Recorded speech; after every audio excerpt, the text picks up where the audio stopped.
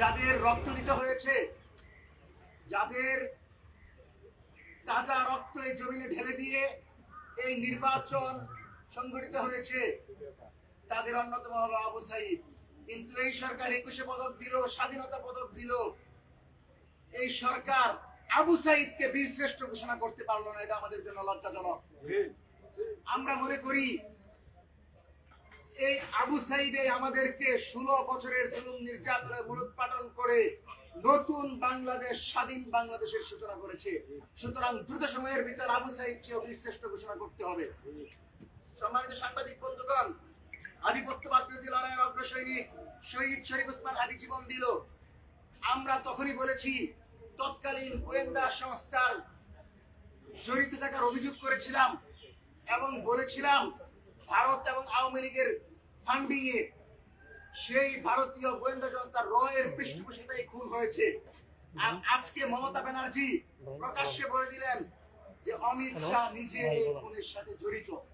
সুতরাং যেই রাষ্ট্র আমাদের দেশের সামরিক বাহিনীকে হত্যা করেছে, পিলখানায় হত্যাকাণ্ডের সাথে জড়িত ছিল, যেই রাষ্ট্র জুলাই হাজার হাজার হত্যাকাণ্ডের সাথে জড়িত ছিল, যেই রাষ্ট্র শহীদ ওসমান হাদিকে হত্যা করেছে, সেই রাষ্ট্রকে বাংলাদেশের বন্ধু পাবার কোন সুযোগ নাই। আমাদের জায়গা থেকে স্পষ্ট বলছি, হাদি হত্যাকাণ্ডের সাথে বাংলাদেশের পূর্ববর্তী গোয়েন্দা সংস্থা জড়িত, বর্তমান গোয়েন্দা সংস্থা নয়। এই বিষয়টি আমাদের স্পষ্ট থাকতে হবে এবং যতদিন পর্যন্ত হাদি হত্যাকাণ্ডের বিচার না হবে, বৈধ অবৈধ কোনোভাবেই ভারতীয় কোন নাগরিক বাংলাদেশে কোনো জায়গায় চাকরি করতে পারবে না। এবং বাংলাদেশের মাটিতে চাকরি করে অর্থ উপার্জন করে তাদের অর্থনীতিকে সমৃদ্ধ করছে, অস্ত্র কিনা আমাদের বাইরের উপর আঘাত করছে, সীমান্তে ভারত উৎপাত করছে। তারেক রহমানকে বলবো, শক্ত হাতে প্রতিহত করুন। ভারতীয়দেরকে ছাড় দেওয়ার কোন সুযোগ নাই। এরা সেই ভারতীয় যারা শহীদ প্রেসিডেন্ট জিয়াউর রহমানকে হত্যা করেছে, যারা নিজেদের স্বার্থের জন্য বাংলাদেশের ছাত্র সমাজের প্রতিনিধি আবরার ফাহাদকে হত্যা করেছে।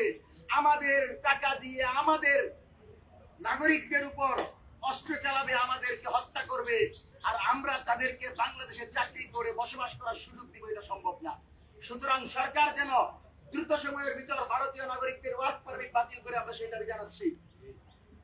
এবং হাদি হত্যাকাণ্ডের সাথে রাষ্ট্রীয়ভাবে ভারত জড়িত থাকায় ভারতকে বিচারের মুখোমুখি করতে হবে এবং আন্তর্জাতিকভাবে প্রত্যেকটি রাষ্ট্র যেন ভারতকে খুনি রাষ্ট্র হিসেবে স্বীকৃতি দেয়। ভারত যে খুনি রাষ্ট্র, এটা বাংলাদেশের জায়গা থেকে বাংলাদেশ সরকারকে সবার আগে বিবৃতি দিয়ে বলতে হবে।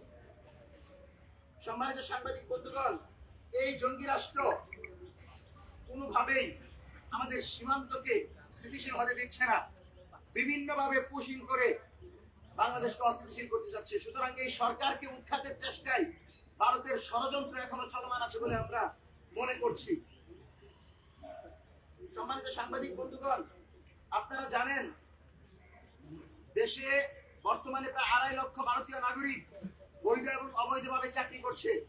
বিশেষ করে গার্মেন্টসে তাদের অংশগ্রহণ রয়েছে। তাছাড়াও বিভিন্ন প্রতিষ্ঠিত মিডিয়া এবং সরকারের গোয়েন্দা সংস্থায় তাদের অংশগ্রহণ রয়েছে।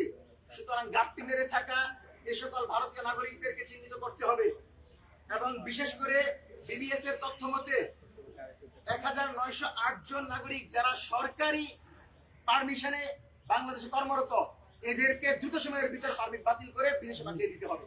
এদেরকে বাংলাদেশে রাখা যাবে না। অন্তর্বর্তীকালীন সরকারের উপদেষ্টা আসিফ নজরুল বলেছিল যে 26 লাখ ভারতীয় এখানে কাজ করছেন। সুতরাং সরকারের থেকে তিনি যদি 26 লাখ বলতে পারেন, তাহলে তার চেয়ে কি পরিমাণ বেশি নাগরিক অবৈধভাবে আছেন আমরা সেটা কল্পনা করতে পারি না। 26 লাখ নাগরিক যদি একটা সরকারের বিরুদ্ধে ষড়যন্ত্র করে, সেই সরকারের টিকে থাকার সম্ভাবনা কতটুকু আপনারাই বলেন। সুতরাং তারেক রহমান যদি এ সকল অবৈধ ভারতীয় নাগরিক এবং বৈধভাবে যারা আছেন এদেরকে দ্রুত সময়ের ভিতর চিহ্নিত করে বাংলাদেশ থেকে ভারতে না পাঠান, তাহলে যে কোনো ভাবে এই সরকারের বিরুদ্ধে এরা ষড়যন্ত্র করবে এবং সরকার উৎখাতের চেষ্টায় এই ভারতীয় ষড়যন্ত্রকারীরা জড়িত বলে আমরা মনে করছি। এবং আমরা স্পষ্টভাবে অমিত শাহ সহ যারা ভারতীয় গোয়েন্দা সংস্থা র এর মাধ্যমে হাদি হত্যায় জড়িত ছিল, তাদেরকে 7 দিনের ভিতর সরকার রুটম্যাপ ঘোষণা করে তাদেরকে কিভাবে বিচারের মুখোমুখি করবে, সরকার সেটা আমাদের সামনে স্পষ্ট করবে। এবং সরকারের স্বরাষ্ট্রমন্ত্রীকে আমরা বলতে চাই, আপনি এমন কিছু বলবেন না যেটা বাংলাদেশের জনগণের বিরুদ্ধে যায়। আপনি বর্ডার কিলিংকে বৈধতা দিবেন না। আপনি যে শিলংয়ে ছিলেন, আপনি যে সেখানে গেস্ট হাউসে ছিলেন, তারপরেও আপনাকে স্বরাষ্ট্রমন্ত্রী হিসাবে আমরা বসিয়েছি। তারপরেও এখনো আপনি যেন ভালোভাবে বাংলাদেশটা পরিচালনা করতে পারেন, সেজন্য আমরা সহযোগিতা করছি। সুতরাং দ্রুত সময়ের ভিতর সীমান্ত হত্যা বন্ধ করেন। সীমান্তে হত্যা যদি হয়, তাহলে আমরাও বাংলাদেশের বিজিবিকে সাথে নিয়ে ভারতীয়দেরকে প্রতিহত করব। তারা যদি পুশিং করে, তারা যদি একজন পুশিং করে, আমরা শুনেন নাই কামানের কথা, কামানের আগায় ভারতীয়দেরকে ফিট করে ভারতের ভিতর ঢুকে দিব। সুতরাং সাবধান হন। এবং আমরা আমাদের জায়গা থেকে মনে করি, উসমান হাদি হত্যাকাণ্ডের বিচার যদি এই সরকার করতে পারে, তবেই তারেক রহমান, প্রেসিডেন্ট জিয়াউর রহমানের মতো তিনি জনপ্রিয় হবেন এবং তিনি নিরাপদ থাকবেন।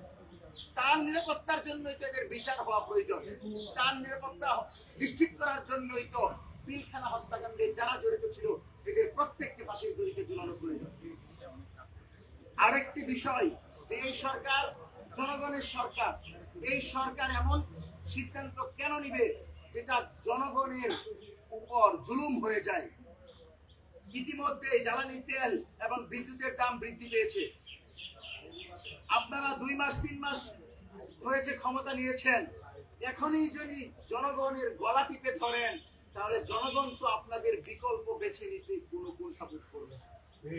সুতরাং দাম বৃদ্ধি না করে সুষ্ঠু পরিকল্পনার মাধ্যমে সিন্ডিকেট ভেঙে দিয়ে, চাঁদাবাজির, টেন্ডারবাজির যে রাজত্ব, সেটাকে ভেঙে দিয়ে বাংলাদেশের জনগণের রায়ের উপরে, বাংলাদেশের জনগণের চাপ আর আলুকে দ্রব্যমূল্যের ঊর্ধ্বগতি নিয়ন্ত্রণ করেন, সহনীয় করেন জ্বালানি তেলের দাম, বিদ্যুৎ এবং এলপি গ্যাসের যে দাম বৃদ্ধি করেছেন সেটা প্রত্যাহার করে নেন। স্পষ্টভাবে মনে রাখতে হবে, জনগণের গলা টিপে ধরে, জনগণের উপর জুলুম করে যতই কার্ড বিতরণ করেন, মুক্তির কার্ড কিন্তু পাওয়া যাবে না।